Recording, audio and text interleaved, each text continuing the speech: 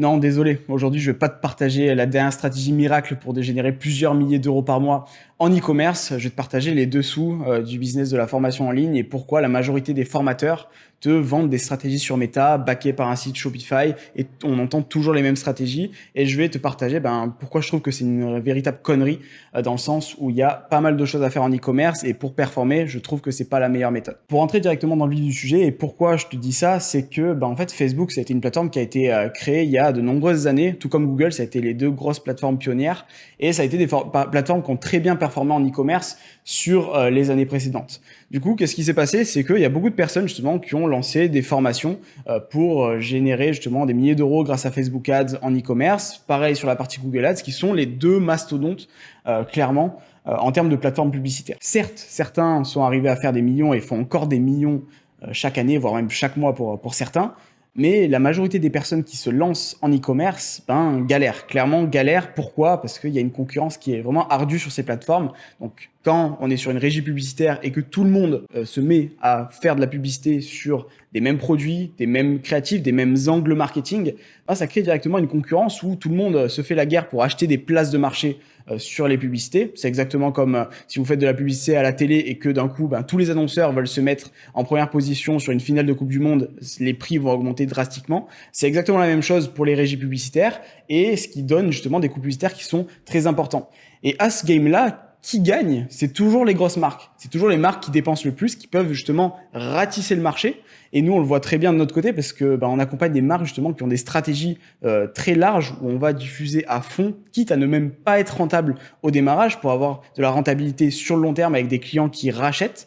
Mais pour tous les e-commerçants, les dropshippers qui se lancent, c'est très problématique parce que vous arrivez directement en confrontation frontale avec ces grandes marques qui dépensent des millions d'euros. Et cette partie-là est d'autant plus problématique parce qu'on a des formateurs qui justement forment des milliers, voire dizaines de milliers de personnes chaque année à suivre ces mêmes méthodes. Donc on arrive sur des plateformes publicitaires qui n'évoluent pas en termes de taille d'audience ou très peu, et justement une arrivée d'annonceurs qui est vraiment énorme, et avec de plus en plus de concurrence où il faut se démarquer et la complexité du marché est de plus en plus importante. Donc cette partie-là, justement, elle est super dangereuse pour toutes les personnes qui se lancent, et ça explique pourquoi plus de 90% des personnes qui se lancent en dropshipping n'arrivent pas à performer. C'est qu'ils lancent toutes la même stratégie, avec les mêmes créas, les mêmes angles marketing, le même thème Shopify, le même CMS, et en n'ayant aucune différenciation, c'est toujours les plus gros qui gagnent, ceux qui mettent le plus de budget publicitaire. Tout comme moi, quand vous voulez faire un test d'un produit en dropshipping ou en e-commerce de manière générale, vous voulez pas faire un testing sur plusieurs milliers d'euros au démarrage. Ce qu'il faut, c'est démarrer sur des petits budgets et après, si ça marche, justement, investir ces sommes-là. Et c'est ça la réelle problématique, c'est que ça crée une adéquation de marché où il y a beaucoup de personnes qui veulent se lancer, elles ont les mauvaises stratégies, elles testent sur une semaine, un mois, on met toutes nos économies et derrière, ça performe pas parce qu'on arrive sur un réel océan rouge.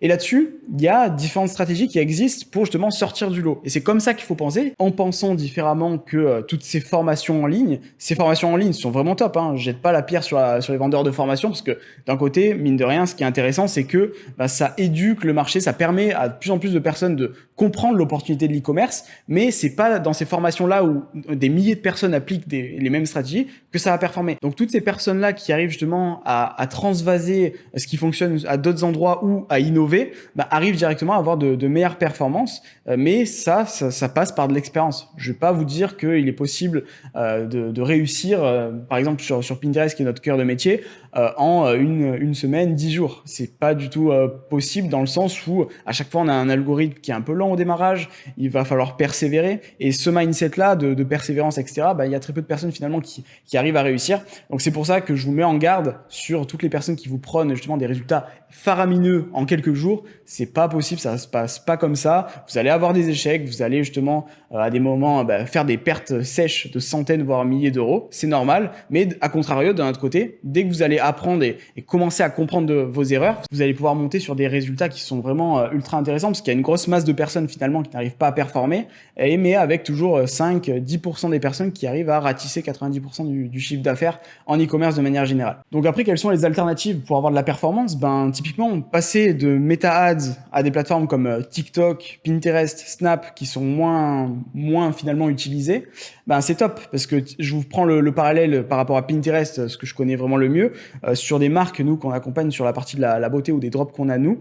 Ce qui se passe, c'est que on est sur des CPM, donc des coûts par 1000 impressions, à 8 euros sur Meta, alors que sur Pinterest, on est entre 1 et 2 euros maximum. Ça veut dire qu'à budget égal, on touche entre 4 et 8 fois plus de personnes.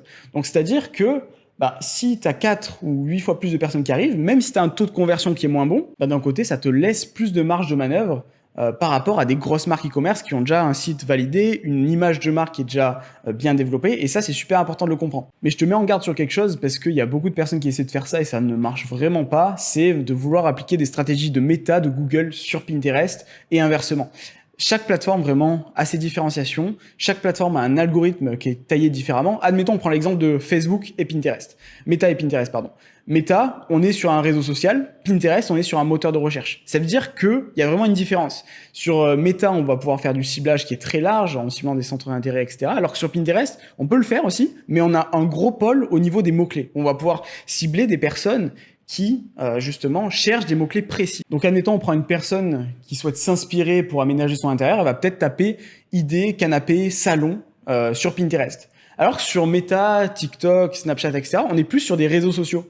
Donc, il y a vraiment une différence en termes de mindset des utilisateurs. Sur Instagram, sur TikTok, on est sur des personnes, du coup, qui sont en phase de distraction. Donc, c'est des personnes où on doit vraiment travailler la partie hook, la partie justement scroll stopper pour stopper les personnes dans leur feed.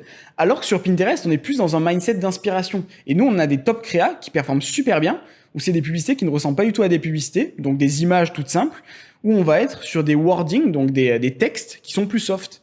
Admettons, découvrez les 5 tendances dans cette thématique, découvrez ce nouvel appareil. On est plus dans ce mindset d'inspiration, moins agressif qu'un méta. Ça, c'est un exemple parmi tant d'autres, mais c'est pour vous dire la différence en termes de plateforme. Ça peut vraiment varier d'une plateforme à une autre. Donc, le meilleur moyen d'échouer, c'est d'appliquer des stratégies de certaines plateformes sur d'autres. C'est vraiment le meilleur moyen de ne pas performer. Je te prends un autre exemple. Sur Pinterest, ce qui se passe, c'est que les personnes scrollent beaucoup dans le fil d'actualité.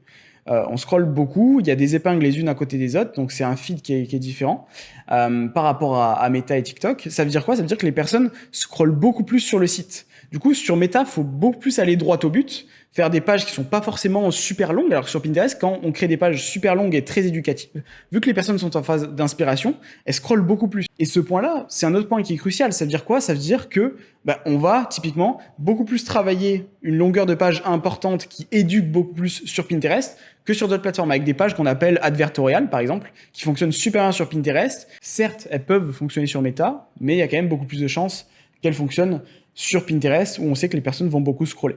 Donc, je t'ai partagé 2 exemples parmi tant d'autres, mais il y en a plein et je pourrais l'appliquer sur plein de choses différentes. Et c'est ça qui fait foirer la majorité des testings aux personnes qui se lancent, d'autant plus que ce qui se passe la majorité du temps, c'est que les personnes qui suivent ces formations, il n'y a pas forcément d'accompagnement, donc c'est des conseils qui peuvent être assez généralistes et pas appliqués à une boutique. Pour Pinterest, je reprends l'exemple parce que c'est vraiment mon domaine d'expertise. Entre une marque e-commerce dans la décoration et dans la mode comparée à une marque dans la nutrition, admettons, les conseils seront vraiment différents. Parce qu'on a un panier moyen qui peut être différent, des stratégies publicitaires qui sont différentes, des pages qui peuvent être différentes en fonction des produits. Il y a les B.A.B.A. marketing qui sont les mêmes, qui sont enseignés dans ces formations, donc ça c'est top. Mais derrière, ce qu'il faut, c'est pas forcément juste une formation. Parce qu'une formation, de 1, côté motivation, bon, c'est pas le top, parce que vous n'êtes pas drivé par des personnes qui ont réussi et qui peuvent vous donner un coup de pied aux fesses, parce que c'est souvent un gros problème. On investit dans la formation, on la suit une semaine, et puis après, on n'a plus le temps, ou on n'est plus motivé à ça. Donc, de 1, d'être un peu poussé par des personnes, ça fait une grosse différence. Et surtout, de valider chaque étape du process, ça en est une autre. Et c'est pour ça que la partie, justement, accompagnement, elle est super importante. Que ce soit un accompagnement sur TikTok, sur Snap, sur la partie optimisation du site, sur la partie choix du produit, etc., je vous invite vraiment à trouver un mentor ou des personnes qui vous accompagnent réellement au quotidien, parce que c'est vraiment ça qui fait la différence. Parce que c'est facile d'acheter une formation et de la suivre quelques jours, mais de l'appliquer de A à Z et derrière de persévérer, là, directement, on enlève beaucoup de personnes. Donc voilà, on arrive maintenant à la fin de cette vidéo. J'espère qu'elle t'a plu. C'est un format qui est un peu différent sur ma chaîne. Si tu aimes bien ce type de format, un peu plus face caméra comme ça, sans trop de filtres, je te laisse me le faire savoir en lâchant un gros like. Et derrière, on se retrouve dans les prochaines vidéos sur ma chaîne YouTube qui est du coup dédiée au sujet de Pinterest. Mais que ce soit sur ma chaîne YouTube ou sur d'autres chaînes YouTube avec d'autres personnes, etc., ce qu'il te faut, c'est pas forcément juste une formation que tu appliques, mais c'est plus justement un accompagnement. Et ça, c'est vraiment quelque chose qui est important parce que directement, ça multiplie tes chances de réussite. Et là-dessus, c'est vraiment pas facile. Et mais si c'est pas un accompagnement, si c'est pas quelque chose que tu souhaites payer, entoure-toi de personnes en tout cas qui ont réussi, entoure-toi de personnes qui ont déjà établi et passé les différentes étapes en e-commerce, parce qu'il y en a beaucoup. Il y a la partie recherche de produits, et comme j'ai dit, il y a la partie création du site web, optimisation de site web, la partie publicitaire, la partie créative. Il y a tellement de pôles différents que c'est excellent justement d'avoir soit des personnes qui t'accompagnent ou soit des camarades, des copains qui peuvent justement faire le parcours avec toi pour justement se partager ces insights-là et aller beaucoup plus vite. En tout cas, c'est le message que je souhaitais te partager dans cette vidéo. J'espère qu'elle t'a plu. On se retrouve dans les prochaines sur ma chaîne YouTube.